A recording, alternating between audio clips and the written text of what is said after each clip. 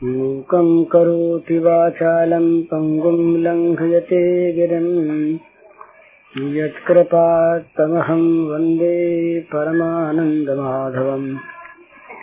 श्रीमन्मदनगोपालं वृन्दारण्यपुरन्दरं श्रीगोविन्दं प्रपद्येऽहं दीनानुग्रहकालकम्।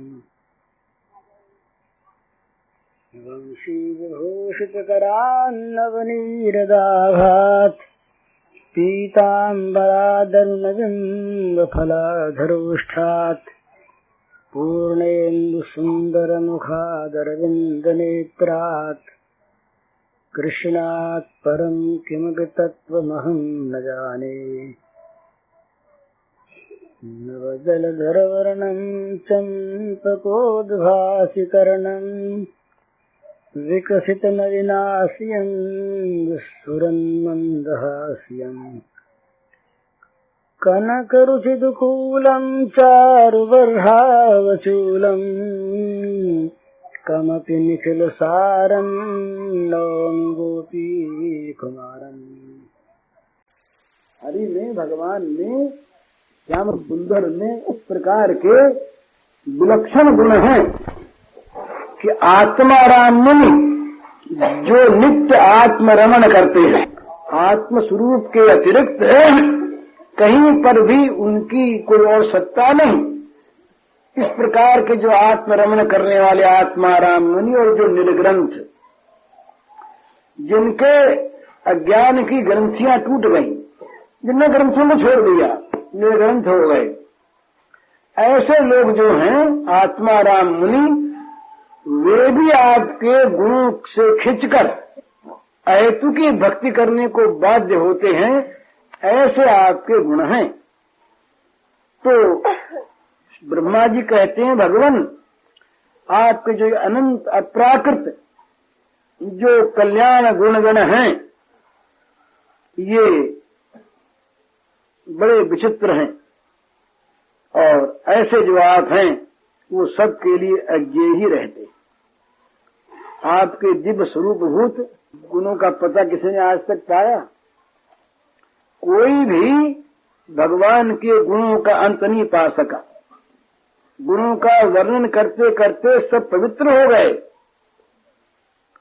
उनकी सारी कलुष राशि ज्ञान राशि मिट गई, परंतु वो कोई ये कह दें कि हमने गुणों का पता पा लिया, ये गुण हमने जान लिए, गुणात्मनस्तेत गुणान् विमातुम् हितावतीर्णस्य कैश्ईश्वरेस्य कालेन येर्वा विमिता सुकल्पैः भूपांसवक्षे मिहिकाद्युभासः।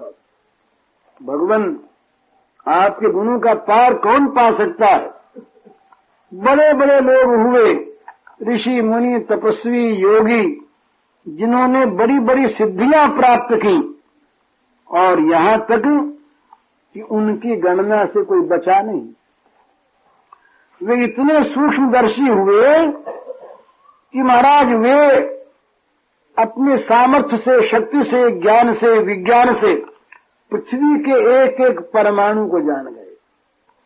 एक एक परमाणु का जिनको ज्ञान हो गया, और आकाश के हिमकण, ओस की बूंदें, इन सबको भी जिन लोगों ने गिन लिया, और ये आकाश में चमकने वाले जो नक्षत्र, ये तारे सब, इनकी भी जिन्होंने गणना कर ली, ऐसे लोग भी कोई ऐसे नहीं हुए कि जो आपके अनंत कल्याणमय सगुण भगवान के गुणों का की गणना कर सके। कोई नहीं हुआ। ये आपके अनंत गुण, अनंत कल्याणमय गुण, ये किसी की भी गणती में आ गए हूं सो बात नहीं। तो इसलिए आपका जो ये स्वरूप है, ये समझ में आना बड़ा मुश्किल। तो कहते हैं कि भाई ये समझने की चेष्टा भी नहीं करते लोग। ये भगवान के गुणों को मापने की चेष्टा तो करते हैं, गुण माप करने के अभिमानी लोग। प्रेमी लोग तो गुण की चर्चा देखते ही नहीं, वे तो केवल आकृष्ट रहते हैं सौंदर्य माधुर्य पर। वे जानना नहीं चाहते कि तुम कौन हो, ये श्याम सुंदर भगवान है कि नहीं, ये जानने से उनका प्रयोजन नहीं। गुण रहितम कामना रहितम, ये प्रेम के लक्षण बताए नारद जी ने कि प्रेम में 6 चीजें होती हैं। जो वास्तविक प्रेम होता है उसमें 6 बातें होती हैं। गुण रहितम, कामना रहितम, अविच्छिन्नम, सूक्ष्मतरम, अनुभव रूपम और प्रतिक्षण वर्धमानम। ये 6 चीज प्रेम में होती है। जो प्रेम किसी गुण को देखकर होता है वो प्रेम तो होता है गुण से, उस व्यक्ति से नहीं होता। किसी कामना को लेकर प्रेम होता है वो होता है काम्य वस्तु से, उस व्यक्ति से नहीं होता। अगर काम्य वस्तु नहीं मिलती तो व्यक्ति से कोई मतलब नहीं, और मिल गई तब फिर कोई मतलब नहीं। चीज जिस चीज के लिए हमने सेवा की वो चीज प्राप्त हो गई, अब तुम अपने घर में अपने घर। तो गुण रहितम, कामना रहितम और अविच्छिन्नम, जिसका तार टूट जाए, जो तैल धारावत लगातार समान रूप से न बहे, वो प्रेम नहीं। अविच्छिन्नम और सूक्ष्मतरम, प्रेम स्थूल नहीं। प्रेम वाणी में नहीं आता, वाणी में कहीं कहीं छलक उठता है तो वहां भेद करना ये मुश्किल होता है कि ये प्रेम है या दंभ है, सब नहीं जान पाते। हृदय की वस्तु तत्व प्रेम कर ममरु तोरा, जानत प्रिया एक मन मोरा, और सो मन रहत सदा तो ही पाए, जानहि प्रीत रीति मई। तुलसीदास जी ने एक चौपाई में प्रेम का तत्व भर दिया। तत्व कहा इसको। सीता जी से संदेश कहलवाते हैं भगवान रामचंद्र कि तुम्हारे और मेरे प्रेम के तत्व को जानता है केवल एक मेरा मन, जानता है, वाणी नहीं कह सकती। जानता है एक केवल मेरा मन, एक मन मोड़ा, मेरा एक मन, दूसरे का मन नहीं जानता। वाणी की बात तो लग रही, और सीते वो मन मेरे पास है नहीं। सो मन रहत सदा तो ही पाही, बोले अभी अभी गया और लौट आवेगा, ये बात नहीं, सदा तो ही पाही। ये प्रेम का स्वभाव, प्रेमी का मन प्रेमास्पद की संपत्ति बन गया। प्रेमास्पद में जा करके प्रेमी का मन निरुद्ध हो गया, वही टिक गया, वहां से कभी लौटता नहीं वो। तो सूक्ष्मतरम और अनुभव रूपम, इसका अनुभव होता है, बखान नहीं होता। अनुभव होता है। कोई कहे कि मैं बड़ा प्रेमी, मैं बड़ा प्रेमी, तो समझना चाहिए कहीं न कहीं ये किसी व्यक्त वस्तु का विज्ञापन करना चाहता है, और प्रेम नहीं है। प्रेमी तो प्रेम कहता है, वो आगे आएगा, कभी मौका होगा तो। निकुंज लीला में श्री राधिका जी मानती हैं कि मेरे अंदर तो प्रेम का कहीं लेश भी नहीं है। एक बड़ी सुंदर भावना, मौका तो नहीं है कहने का। स्वामी जी का एक, अपने स्वामी जी का एक बड़ा सुंदर भाव है, वो उसका कुछ चित्रण कर रहे थे, होगा कि नहीं भगवान जाने। तो भगवान गए, श्याम सुंदर चले गए मथुरा। अब श्री राधा जी एक भाव बताता हूं, उसमें से बहुत ऐसे भाव हैं। राधा जी कहती हैं कि सब कुछ गया, सब काला हो गया, और मेरे आंखों की ज्योति भी चली गई। वो ज्योति भी जा करके काले में समा गई। अब मुझे ये पता नहीं कि ये प्राची दिशा है या प्रतीची दिशा, ये दिशा कौन सी है। आंखों की ज्योति गई और दिग्भ्रम हो गया, बाहर चले जाओ, बदमाशी करना हंसना हो तो बाहर चले जाओ, नहीं तो चुपचाप बैठो। जिंदगी करने के लिए बैठते हो। तो आंखों की ज्योति गई, काले में समा गई, दिग्भ्रम हो गया। अब ये पूर्व दिशा है कि पश्चिम दिशा है, इसका ज्ञान नहीं। लेकिन हे सर्वनियंता प्रार्थना करती है, हे सर्वनियंता मुझे चाहे दिशा का ज्ञान न रहे, पर मेरे पैर जाए उसी ओर जिस ओर मेरा मन जाना चाहता है। तो कहां जाना चाहता है? तो कहती हैं कि मेरे प्रियतम तो बहुत दूर हैं,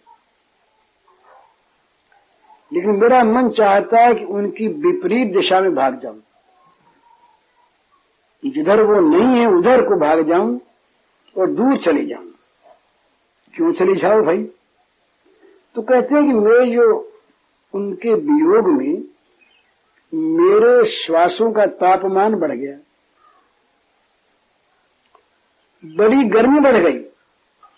तो मैं अगर उनके समीप पहुंच गई और मेरे ये उत्तप्त श्वास ये बाहर निकले और उनका नील कलेवर कहीं झुलस गया है, तो बड़े दुख की बात होगी। तो हे सर्वनियंता मुझे तो भ्रम हो गया है, लेकिन मेरे पांव उनसे विपरीत दिशा में जाएं, समीप न जाएं, ये आप करो है।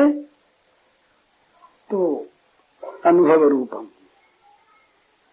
फिर दूसरी उत्प्रेक्षा है उनकी, वो कहते हैं कि शरीर में कुछ रहा नहीं, सूर्य जो थे वो छिप गए, काले पड़ गए, चंद्रमा की ज्योति गई। तब मुझे छाया भी नहीं दिखती, जो जिन किरणों के द्वारा छाया दिखती थी, मैं उस छाया स्थली में आई पर छाया मुझे दिखी नहीं। तो सूर्य नहीं रहे, चंद्रमा नहीं रहे, प्रकाश नहीं रहा, तो मेरा जीवन जो है, मरूंगी तो मैं नहीं, पर सड़ गल जाएगा मेरा शरीर। तो इस गंदे शरीर की दुर्गंध निकलेगी। ये दुर्गंध कहीं श्याम सुंदर के घ्राणों में प्रवेश न कर जाए, नासिका में उनको दुख होगा, तो उधर मैं नहीं जाऊं। ये बड़ा विचित्र भाव है प्रेम का। मिलनोत्कंठा के साथ साथ प्रेमास्पद का सुख, इसकी परम उत्कंठा ये प्रेम में रहती है। प्रेम देना जानता, लेना नहीं जानता। तो बड़ी ऊंची प्रेम की बात, ये श्री गोपी साम्राज्य की है, गोपी स्तर की बात, ये मामूली बात नहीं। तो प्रेम जो होता है वो अनुभव रूप होता है, वो कहने में नहीं आता, जबान पर नहीं आता, उसकी अनुभूति होती है और प्रतिक्षण वर्धमानम। ये प्रेम का उज्ज्वलतम स्वरूप है। वो किसी घटना, दुर्घटना, सुघटना, किसी भी अनुकूलता प्रतिकूलता की परिस्थिति में उसके बढ़ने का प्रवाह कभी रुकता नहीं। जो प्रेम घटता है वो तो प्रेम है ही नहीं, जो मिटता है वो तो प्रत्यक्ष काम था, और जो रुकता है वो भी प्रेम नहीं। तो प्रेम का स्वभाव है, क्योंकि जहां हम किसी वस्तु की चाह करते हैं वहां घटने मिटने रुकने का सवाल आता है, लेकिन जहां किसी प्रकार की चाह की कल्पना नहीं, वहां पर मिटने घटने की तो बात ही नहीं, रुकता भी नहीं। तो वैसे रहता बनना, वैसे रहे तब तो प्रेम कोई वस्तु नहीं हुई। प्रेम में अलम नहीं है, बस नहीं है। प्रेम यहां पूरा मिल गया ये बात नहीं है। प्रेम कभी पूरा मिलता ही नहीं, प्रेम अनंत है। ज्ञान में किसी वस्तु की कल्पना रहती नहीं, सारी वस्तुओं का अंत हो जाता है। तो सुकार्यम न विद्यते, वो आत्मसंतुष्ट होता है। प्रेम कभी प्रेम संतुष्ट नहीं होता। प्रेम कभी ये नहीं मानता कि मैं पूरा हो गया, कभी उसमें पूर्णता आती नहीं। ये प्रेम का स्वरूप है। इसीलिए वो प्रतिक्षण वर्धमान, ये नहीं कहा कि बढ़ता रहता है, सतत प्रतिक्षण बढ़ता रहता है। जो प्रेम अभी था, एक क्षण के बाद वो प्रेम कुछ और बढ़ जाएगा, एक क्षण के बाद और बढ़ जाएगा, एक क्षण के बाद और बढ़ जाएगा। इस प्रकार प्रेम का स्वरूप नित्य वर्धनशील रहता है। वही ये प्रेम ठीक प्रेम है, ऐसा माना जा सकता है।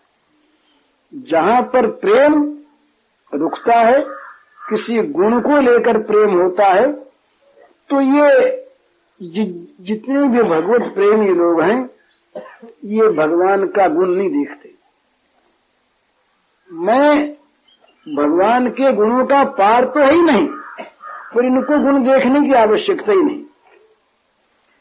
ये देखते हैं केवल प्रेम को, गुण को नहीं देखते। गुण देखने लगे तब तो गुण प्रेमी हो जाए, भगवत प्रेमी नहीं रहे। भाई अमुक भगवान है इसलिए हम उससे प्रेम करें, ये बड़ा सुंदर है। भगवान से प्रेम करो, परंतु गोपी ये नहीं मानती कि ये भगवान इसलिए प्रेम करते हैं। यशोदा ये नहीं मानती कि ये भगवान है मेरा लाला, इसलिए मैं इनसे स्नेह करूं। वो गोप मित्र सखा ये नहीं मानते कि ये भगवान है इसलिए हम इनसे सख्यत्व करें। हमारे हैं, हमारे मित्र हैं। कौन है? हमारे हैं, बस इतने जानते, हमारे हैं। तुम कौन हो? हम इनके। बस ये एक संबंध उनको ज्ञात रहता है, हम इनके और ये हमारे। कौन है, क्या चाहते हैं, क्यों प्रेम करते हैं, ये इन प्रश्नों का उत्तर तो तब देने की आवश्यकता पड़े जब ये प्रश्नों का उदय हो। प्रेम में सारे प्रश्नों का समाधान अपने आप हुआ रहता है। किसी प्रेमी के हृदय में जिज्ञासा नहीं पैदा होती। जिज्ञासा साधक के पैदा होती है, जो जानना चाहता है अमुक वस्तु को, पर ये जानना नहीं चाहता। जानना और पाना, इन दोनों से परे होता है प्रेम तत्व। जहां जानना और पाना है, वहां जानने का प्रयास है। तो भाई श्रद्धा करो, तत्परता करो, इंद्रियों का संयम करो, तो जानना हो जाएगा। नहीं जानना भी नहीं होगा। श्रद्धावान लभते ज्ञानम तत्परा इंद्रिय ज्ञानम लब्ध्वा पराम शांति मचिरेणाधिगच्छति। ज्ञान की प्राप्ति करनी हो, भगवान के स्वरूप तत्व को जानना हो, तो पहले श्रद्धा करो, उसके परायण हो जाओ और सब तरफ से इंद्रिय को हटा लो, तो भगवान के ज्ञान का प्रकाश अंतःकरण में हो जाएगा। नहीं तो नहीं हो। परंतु यहाँ तो श्रद्धा भी बाधक है। श्रद्धा होती है किसी श्रद्धास्पद में, प्रेमास्पद श्रद्धास्पद नहीं होता। वो तो अपना होता है। अपने आप में किसी गुण को देख वो श्रद्धा नहीं करता। अपने आप में तो स्वाभाविक आसक्ति है, स्वाभाविक ममता है। ये ममता और आसक्ति अनन्य रूप से जहां पर हो जाए, वहीं पर उसका नाम प्रेम होता है। अनन्य ममता विष्णु, भगवान में अनन्य ममता हो जाए, भगवान मेरे, और ममता हो केवल प्रेम मूलक। ममता हम कर लेते, ये हमारे काम आवेगा, हमारे काम आवेगा, ये कामना हो गई ना, तो प्रेम पर आवरण आ गया, प्रेम ढक गया। तो ये जो भगवान के प्रेमी जन होते हैं, इन प्रेमी जनों में गुण दर्शन की इच्छा नहीं होती। भाई उसमें गुण है या नहीं, इससे मतलब नहीं। ऐसा कहते हैं कि तुलसीदास जी महाराज को ये बड़े भगवान राम के स्वरूप में निष्ठ महापुरुष, किसी ने कहा इनसे कि भाई हमने सुना है कि ये आपके राम जो है तो 12 कला वाले हैं, तो श्री कृष्ण तो 16 कला पूर्ण है। तो तुलसीदास जी ने श्री कृष्ण की बात तो मानो सुनी ही नहीं, उनके कान में गई नहीं। उनका 12 कला वाले हमारे राम है। अरे हम तो उनको दशरथ राजकुमार मान के भजते थे, और 12 कला बहुत अच्छा है, ये बड़ा अच्छा है। 12 कला वाले है ना, तो और भी ज्यादा अच्छी बात। अब 16 कला वालों की बात नहीं, वो चर्चा नहीं। तो इसका नाम प्रेम। प्रेम में किसी गुण की अपेक्षा नहीं होती। तो ब्रह्मा जी ने इशारा किया कि आपके जो गुण गण हैं, इन गुण गणों का कोई नाप करे, इनका कोई संख्या बतावे, कोई गण के बता दे, ये असंभव चीज है, कोई बता नहीं सकते। और महाराज हमने तो दूसरी बात देखी कि इन आपके ये जो सहचर हैं, सखा, ये कहीं गुण उनको देखते ही नहीं। इनके मन में कभी हमने तो बड़ा आश्चर्य किया, हमने तो गुण देखा, ऊपर से देखा कि अरे ये भगवान, ये आगे जाके कहेंगे हम तो बड़े मूर्ख हैं, अपनी माया से आपको मोहित करने चले, यहीं पर आवेगा। तो ये बोले ब्रह्मा जी कि महाराज हमने तो आपको नहीं देखा, लीला को नहीं देखा, हमने तो अपनी बुद्धि से गुणों के द्वारा आपको कसना चाहा। और ये अचिंत चिन्मय भगवान ये बच्चों के साथ खेलते हैं और ये बच्चों के साथ खाते हैं और इस प्रकार दौड़ते हैं, ये भगवान है कि नहीं? गुण देखने वाले के मन में भगवान पर संदेह हो गया। तो भगवान तो ये है नहीं और बच्चे में हमारा प्रेम है नहीं, तो गए ना हम तो फिर है। बच्चे में तो प्रेम नहीं, भगवान ही है नहीं। तो हमने गुण देखा, पर इन बच्चों को देखिए, इन बछड़ों को देखिए, ये यहाँ के ग्वालों को इन माताओं को देखिए, जहाँ जरा भी गुण दर्शन की अपेक्षा नहीं है। ये श्याम सुंदर हमारा है, ये कन्हैया हमारा है। वहाँ कोई बड़ी बोली से नहीं बोलते, और भगवान से जो बड़ी बोली से बोलते हैं वो दूर वाले बोलते हैं।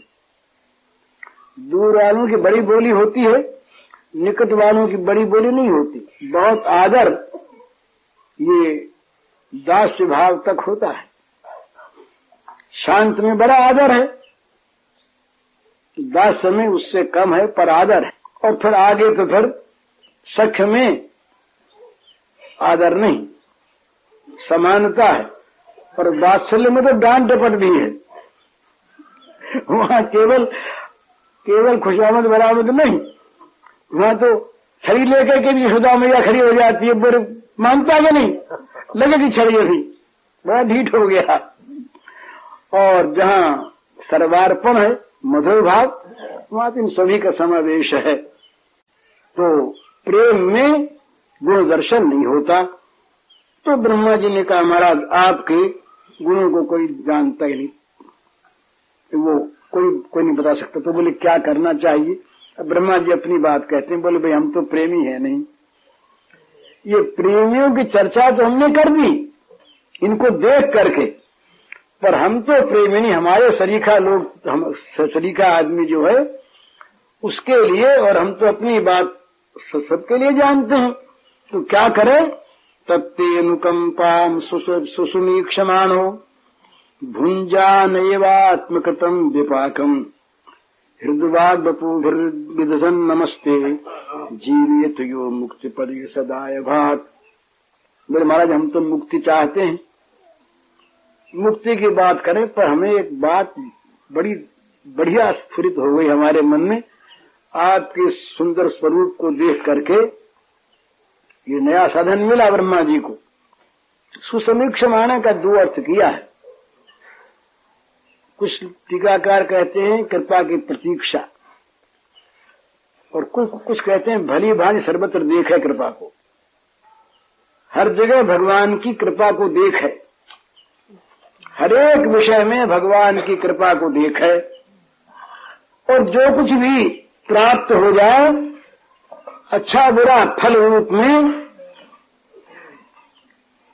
उसको ग्रहण करता रहे, भोगता रहे निर्विकार मन से भगवान की कृपा समझकर, और प्रेम पूर्ण हृदय गदगद वाणी और पुलकित शरीर से अपने आप को भगवत चरणों में अर्पण करता रहे। इस प्रकार का जिसका जीवन होता है मुक्ति तो उसको दाएं भाग में मिल जाती है।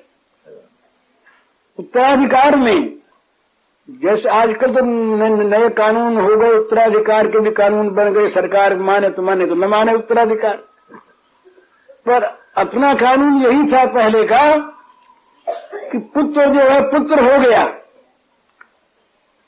अब उसके लिए वो को डेथ ड्यूटी की कोई आवश्यकता नहीं है, पुत्र हो गया बस उत्तराधिकारी हो गया।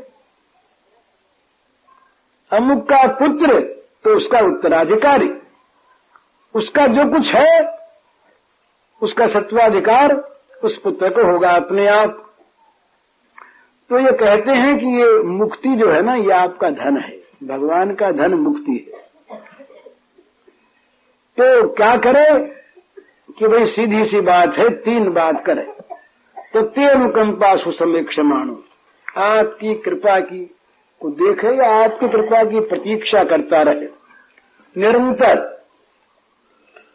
वो ब्रह्मा जी ने सोचा अपने मन में, बड़ी सुंदर बात सोची कि भाई गुण गणों की तो गलती होती नहीं, तो कौन कर सकता है? प्रेमियों को तो आवश्यकता नहीं और लोग कर सकते नहीं। तो गुण गणों की गलती की तो आवश्यकता नहीं, पर एक काम हो जाए तो तुम्हारी अहेतु की कृपा पर विश्वास हो जाए, चाहे वो सुख संपत्ति के रूप में आवे और चाहे दुख दारिद्र्य के रूप में आवे, चाहे वो शीतल सुंदर समीर के रूप में आवे और चाहे बड़ी बड़े आंधी तूफान के रूप में आवे, बस सर्वत्र सदा सब अवस्थाओं में कृपा की वो अजस्र निर्मल धारा ये बह रही है, इस प्रकार से दिखाई दे और उस अनुकंपा की प्रतीक्षा जागृत हो जाए कि बस प्रभु की कृपा ही मेरा सर्वस्व है। वो एक टीकाकार ने वो लिखा है कि ये कृपा की बात कैसे देखे, बड़ा सुंदर भाव है कि जैसे चातक स्वाति के बूंद की बाट देखता है। चातक एक पेड़ पे जा बैठा, पपीहा पेड़ पे जा बैठा तो तत्काल उड़ने लगा, बैठ तो गया, जरा से फिर उड़ा। तो बोले भाई क्यों उड़े?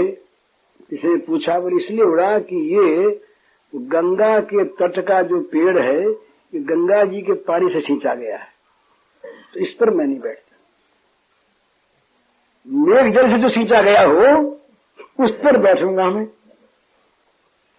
पपिया उड़ रहा था, मौत आ गई, तो नीचे गंगा जी बह रही थी तो गिर पड़ा उसमें। तो पक्षी मरता है तो स्वाभाविक उसकी चोंच ऊपर को हो जाती है ना, लेकिन प्रेमियों ने देखा इसको और अपने भाव से बड़ा सुंदर कि कहीं गंगा जल हमारे मुंह में प्रवेश न कर जाए, गंगा जी की बूंद, नहीं तो वो चातक की पपिये की जो प्रेम की टेक है वो टूट जाएगी ना। गंगा जल पर लोग तो कहते हैं भाई मरते हुए के मुंह में गंगा जल डालो, और ये गंगा जल में पड़ा हुआ चातक भी गंगा जल से परहेज करता है। बोले ये नहीं चाहिए, इसलिए चोंच ऊपर खा ली उसने कि हमारे चोंच में कहीं गंगा जल की बिंदु प्रवेश न कर जाए। तो बोले वो चातक फिर चाहता क्या? वो चाहता कुछ नहीं, तो मेघ को रटता है और कभी बूंद बरसा दे। बोले न बरसे तो तुलसीदास जी ने दोहावली में बड़ा सुंदर इसका प्रसंग लिखा है। रटते रटते रसना लटी तृषा सूखी गे अंग, तुलसी चातक प्रेम को नित नव नूतन रंग। रटते रटते जीभ सूख गई और प्यास के मारे सारे अंग सूख गए। जल तैयार है दूसरा, लोग कहते पी लो। बोले ना। अरे बोले इतना दुख देता है मेघ तुमको, बरसता नहीं? तो बोले न बरसे, रटते रहेंगे पर दूसरा जल नहीं पिएंगे। प्रेम का नित्य नया रंग वहां पर प्रकट होता रहता है। अच्छा बोले न बरसा तो न सही, कभी ओले बरसाए तो भक्त लोग कहा करते हैं, बोले हमने तो भगवान को बहुत भजा बहुत भजा। कितना भजा कि जरा सा तो उनको पिघलना चाहिए था, हमारे दुख दर्द को मिटाना चाहिए था, नहीं मिटाया, बड़े निर्दय हैं। ऐसे भगवान को क्या भजे। और कहीं दुख आ जाए बहुत, तो बोलिए तो अनर्थी कर डाल। सुख के लिए भजा, सुख तो नसीब हुआ ही नहीं और दुख दे दिया, छोड़ो ऐसे भगवान को, कोई बात नहीं। चातक के सामने प्रश्न आया, ओले बरसे और बड़े बड़े पत्थर बरसे भारी भारी और उसकी पांखें टूट गई। तो किसी ने कहा रे चातक अब तो छोड़ इस मोह को, मेघ मेघ मेघ मेघ रटता है, तो देखते ही पांखें तोड़ दी। वो चातक ने कहा कि नहीं नहीं नहीं, पांखें तोड़ दी तो मेरे मेघ नहीं ना पांखें तोड़ के तो मेरा स्पर्श किया ना, कितना प्रेम है। बरखी परुख पाहन तब पंख करे टुक टूक, तुलसी परी न चाहिए चतुर चात कहीं चूक। बरखी परुख पाहन, पाहन पत्थर को कहते हैं, परुष कहते हैं कठोर को, पैद मेघ का नाम है। तो बादल ने बड़े कठोर कठोर पत्थरों की वर्षा की और पंखों के टुकड़े टुकड़े कर दिए, बेचारा उड़ने लायक भी नहीं रह गया। पर उस प्रेम के चतुर चातक के प्रेम में कभी चूक नहीं पड़ी। तो बोले भाई क्या बात है, क्यों नहीं पड़ी? तो कहते हैं कि भाई चातक के यहाँ व्यापार नहीं है, दुकान खोल के नहीं बैठा वो लेन देन करता हो। चरतन चातक चित कबहु प्रिय पयोध के दोख, तुलसी प्रेम पयोध की तहान मापन जोख। चातक के चित्त में अपने प्रियतम मेघ के दोष कभी आते ही नहीं, दिखते ही नहीं। भाई क्यों नहीं दिखते? तो कहा वहां माप तौल नहीं है, हमने इतना दिया बदले में वो हमें इतना दे, ये दुकानदारी प्रेम में नहीं होती। तो भाई क्या है? बोले प्रेम पयोधी है। और तो प्रेम का अनंत समुद्र लहरा रहा है, उस प्रेम के अनंत समुद्र में कितना जल है इसकी कोई था नहीं, अगाध समुद्र है। तो प्रेम समुद्र में कहीं बदला मिला कि नहीं, और बदले में क्या मिला, कितना मिला, क्यों मिला और क्यों नहीं मिला, ये प्रश्न नहीं आते। तो तत्व अनुकंपा सुसमीक्षमाणो, चातक की भांति भगवत कृपा के सिवा किसी और का आश्रय मन में कभी आवे ही नहीं। तुलसीदास जी महाराज ने कहा कि बस हमारे तो मन में एक बात आई, कोई अंग भी हमारा आपके सन्मुख नहीं है, तुलसी परतीत एक प्रभु मूर्ति कृपामयी।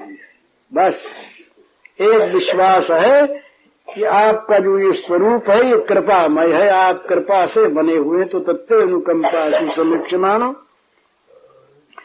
वो जैसे वो प्यास की ज्वाला से झुलसता हुआ चातक भी प्राण भरी जल के खाक हो जाए तो दूसरी ओर नहीं ताकता, इसी प्रकार ये प्रेमी भक्त ये सारी आशाओं का परित्याग करके केवल कृपा कण को प्राप्त करने के लिए नित्य उत्कंठित रहता है, कृपा की अनुभूति करना चाहता है, कृपा पर विश्वास कर लेता है। तो बोले फिर ये संसार के काम काज, ये सुख दुख की दूसरी बात कहते हैं कि जैसे हम वैसे भोगता है, जैसे हम वैसे भोगता, इनकी तरफ से भुंजान एवात्मकतम विपाकम। इन सुख दुख के लिए भगवान से कुछ कथा सुनता नहीं ना, ये सुख आवे या दुख आवे, इन दोनों में वो कृपा की अनुभूति करता है। मुझ पर भगवान की बड़ी कृपा। जो दुख में भी भगवान को धन्यवाद दे वो विश्वासी, प्रेमी तो वो नहीं है। प्रेमी में तो दुख की कल्पना नहीं होती, विश्वासी में दुख की कल्पना तो होती है। वो जानता तो है कि डॉक्टर ने ऑपरेशन कर दिया, घाव तो हुआ, फिर ये हुआ मवाद निकलने के लिए अच्छा हुआ, मंगल भावना करता है वो, पर उसे अंग के कटने का ज्ञान तो है। तो भगवान की कृपा में विश्वास करने वाला विश्वासी भक्त प्रत्येक दुख में, प्रत्येक सुख में अभिमान नहीं करता और दुख में रोता नहीं। दुखेश्वर विघ्न मनाः, सुखेशु विगत स्पृह। सुख की उसके मन में स्पृहा नहीं होती, इच्छा नहीं होती। सुख की इच्छा और दुख की इच्छा नहीं होती, दुख तो आते हैं। तो दुखेश्वर विघ्न मनाः, दुख आ गए तो उसके मन में उद्वेग नहीं होता, वो सुख की इच्छा ही नहीं होती। ये यद भाव्यम तद भवतु भगवन् पूर्व कर्मानुरूपम, ये जैसा कुछ होना है ये होता रहे, इसकी परवाह नहीं। वो जानता है कि ये जगत का जीवन कै दिन का और यहाँ के भोग कै दिन के, ये तो सब जाने वाले ही हैं। यहाँ का सुख और आराम ये तो कोई वस्तु नहीं है जिसके लिए लालायित हुआ जाए, जिसके न मिलने पर रोया जाए और जिसके मिल जाने पर फूल जाए आदमी। ये तो अज्ञान की चीजें हैं। ये तो जैसा कुछ पूर्व कर्मानुसार होना है होता रहे, जरा भी मुख म्लान न हो इसके लिए। भगवान राम को मिलने वाला राज्य और मिल गया बन, भगवान के मुख पर म्लानता नहीं आई। जैसा राज्य वैसा बन, जैसा सुख वैसा दुख, जैसा लाभ वैसी हानि, जैसा मान वैसा अपमान, जैसे स्तुति वैसे निंदा। यद भाग्यम तद भवतु भगवन् पूर्व कर्मानुरूपम। जगत में किसी ने दो चार शब्दों में बड़ाई कर दी, अपने आप का आरोप कर लिया, हम बड़े प्रशंसित पुरुष हैं, सबके द्वारा हम प्रशंसा प्राप्त करते हैं। और किसी ने अगर कोई जबान से 5-4 शब्द ऐसे कह दिए, शब्दों का अर्थ नहीं जानने वाला तो नहीं दुखी होता। वो इलाहाबाद यूनिवर्सिटी की बात है पहले की, एक अंग्रेज प्रोफेसर आए थे नए, तो वो हिंदी जानते नहीं थे, अंग्रेजी में, अंग्रेजों के जमाने की पुरानी बात। तो लड़के तो सब तरह के होते ही कोई लड़का शरारती था, उसने कुछ गालियां सिखा दी उनको, भद्दी भद्दी गाली सिखा दी। तो कहा, बोले ये क्या? उसने पूछा, बोले ये बड़े सम्मान सूचक शब्द हैं, तो जब कभी कोई अच्छे गैदरिंग हो, मीटिंग हो, तो उस समय इन शब्दों का प्रयोग करना चाहिए। तो बेचारा सीधा अंग्रेज, उसने रट लिए वो शब्द। तो एक दिन कोई सभा हुई, उसमें सबको संबोधन करके वो बोलने लगा तो लोग सब बोली क्या करता है, क्या करता है। किसी ने अलग ले जा करके कहा, साहब ये क्या बोल रहे हो? बोले सबका सम्मान कर रहे हैं। अरे सम्मान कर रहे हो, गाली दे रहे हो। गाली गाली तो हम नहीं देते। तो बोले क्या बोल, इसका अर्थ मालूम है? बोले अर्थ तो मालूम नहीं है, हमको तो एक लड़के ने सिखा दिया। तुम ऐसे बोल दिया करो तो हम बोल देते हैं। बोले इसका अर्थ ये, बोले ये अर्थ है। तब तो फिर आया, उसने क्षमा मांगी और बोला हमसे बड़ी भूल हुई। तो शब्द तो वो के वही हैं, अर्थ ही समझा हमने तो हमें दुख होता है क्या? अरे हमारा नाम ले किसी ने गाली दी, क्या बड़ा गुस्सा आ गया। उसने कहा आप क्यों घबरा होते हैं? तो इस नाम का वो जो आदमी जाया, हमने तो उससे कहा, आप थोड़ी कहा नाम है तो क्या हुआ? अरे वो उससे कहा कोई बात नहीं, उसे उधर गया, उधर गया नहीं, उधर गया। तो ये गाली लेने से लगती है, लेनी तो एक गई और न लेनी तो उसके पास रही, सीधी बात। तो ये माना अपमान स्तुति निंदा सुख दुख, ये पूर्व कर्मानुरूप जैसे हों वैसे हो जाएं, इनमें कुछ आता जाता नहीं है। अरे वो नींद चाहिए, तो नींद जब आवेगी तो कहीं भी आ जाएगी। अमुक प्रकार का बिछौना हो तो ही नींद आवे, और न हो तो बोले हम तो मारे गए, जो कितने दुखी हो गए। दुखी क्या होगा? नींद में कोई व्याघात पड़ गया, वो तो आ ही जाएगी। भूख लगेगी तुम खा ही लोगे, पच ही जाएगा। ये व्यर्थ का हमारा एक सांकल्पिक सुख दुख है जो प्राप्त होता रहता है। तो ब्रह्मा जी कहते हैं कि पहली बात तो ये करे कि आपकी कृपा पर विश्वास करे, कृपा का अनुभव करे, कृपा की प्रतीक्षा करे। दूसरी बात, जो कुछ भी संसार के भोग प्राप्त हों पूर्व कर्मानुसार, इनको अच्छी प्रकार से शांति के साथ बिना घबराए, ये हर्ष में भी घबराना होता है, उद्वेग हर्ष में भी होता है, एक प्रकार का विकार होता है। तो ये न हो और अपने आप को हर तरह से भगवान के अर्पण कर दे। जीवन जो है ये बस उसी का सफल है जो भगवान के चरणारविंद में समर्पित हो जाए, उनकी सेवा का साधन बन जाए। तो असल में वही जीवित है, जीवित या मुक्त सदाए भाग।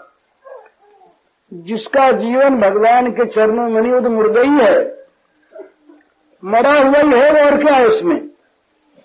तो जीवन उसका है जो अपने शरीर से, मन से, वाणी से भगवान के चरणों पर न्योछावर हुआ रहे। तो निरंतर तुम्हारे अनुग्रह के अनुभव में, उस अनुभव की प्रत्याशा में जो लगा रहे, और संसार के भोग प्रारब्धवश जिस प्रकार आ जाए, निर्विकार चित्त से उन्हें भोगे और भगवान के नलिन सुंदर श्री चरणारविंद की सेवा में अपने को समर्पित कर देता है मन वचन से। बस ब्रह्मा जी कहते हैं कि मुक्ति पदे सदाए भाग। जो मुक्ति का पद है ये तो उसको उत्तराधिकार में मिल जाता है, फिर प्रेम मिलता है। मुक्ति तो उसको बिना प्रयास के, पहले कहा कि बड़े प्रयास करने पर भी केवल बोध लग गए, केवल बोध के लिए जो प्रयास करते हैं उनका प्रयास निष्फल होता है। तुषावघातनाम, व्यर्थ होता है तुष कूटने वालों के समान। और यहाँ पर जो तुम्हारी कृपा के प्रत्याशी हो गए और जिन्होंने अपने आप को तुम्हारे अर्पण कर दिया, उनको मुक्ति तो अपने आप ही बिना ही आयास के, उत्तराधिकार के लिए प्रयास नहीं करना पड़ता, कमाई नहीं करनी पड़ती। बाप की कमाई, बाप का धन मिल गया बाप की बेटे, इसलिए और कुछ नहीं करना पड़ता, उस बाप की बेटे हो गए, बस उत्तराधिकार में धन प्राप्त होगा। तो मुक्ति परे सदाए भाग, मुक्ति जो है ये तो उसको दाय भाग में मिल जाती है। यही पे हे जगदीश भक्ति सुगम तब तब जीव कह, अपरम नहीं कछुदीश भक्ति बिना हे नंद सुत। जो नर चतुर हो जग कोई, तब कटाक्ष माने मन सोई, कब कटाक्ष करी है जदुनाथा कृपा। ये बंछय नित सुनि हरि गाथा, निज अर्जित जे कर्म पुराने, भल अरु मंद किए जस जाने, तस फल लहे करे सो भोगा, अनासक्त भोगे बिन सोगा, अति कलेश तप आदिक त्यागी, तब पद संतत भय अनुरागी। यही विधि जे जीवित हैं प्राणी, भय मुक्ति भागी ते जानी। वे मुक्ति के भागी तो अपने आप हो गए। तो तीन चीज, ये बड़ी सुंदर बात ब्रह्मा जी ने कही है, तीन चीज याद रखने की। दुख तो छूट जाएंगे आज ही, भगवान की कृपा पर विश्वास हो जाए वो, और उस कृपा को हर अवस्था में, हर परिस्थिति में अनुभव किया जाए, दुख के दावा नल में भी और सुख के परम शीतल सरोवर में भी डूबकर वो केवल उस कृपा का अनुभव करे, दोनों में समान। सुख दुख जो आवे उन्हें बिना किसी प्रकार के उद्वेग के निर्विकार चित्त से ग्रहण कर ले, ये भगवान की कृपा आई। और अपने तन मन को भगवान के समर्पण रखे, हाथ से जो काम करे भगवत सेवा का भाव, मन से भगवान का चिंतन और वाणी से भगवान का नाम गुणगान। इस प्रकार जो अपने आप को भगवान के चरणों में लगाए रखता है, भगवान उसके हो जाते। ब्रह्मा जी ने कहा महाराज मैं तो बस इससे आगे की बात तो जानता नहीं। ये बात भी आज स्फुरित हो गई आपके इस भक्त वत्सल भक्ति वत्सल चरित्र को देख करके कि आपकी कृपा पर जो निर्भर करते हैं उनको कहाँ दुख होता है, उन पर कहाँ विपत्ति आती है, उनको शोक के लिए भय के लिए स्थान कहाँ रहता है। ये देखो ना, ये निर्भय विचर रहे हैं ये बच्चे, मानो कोई भय इनको छू ही नहीं गया।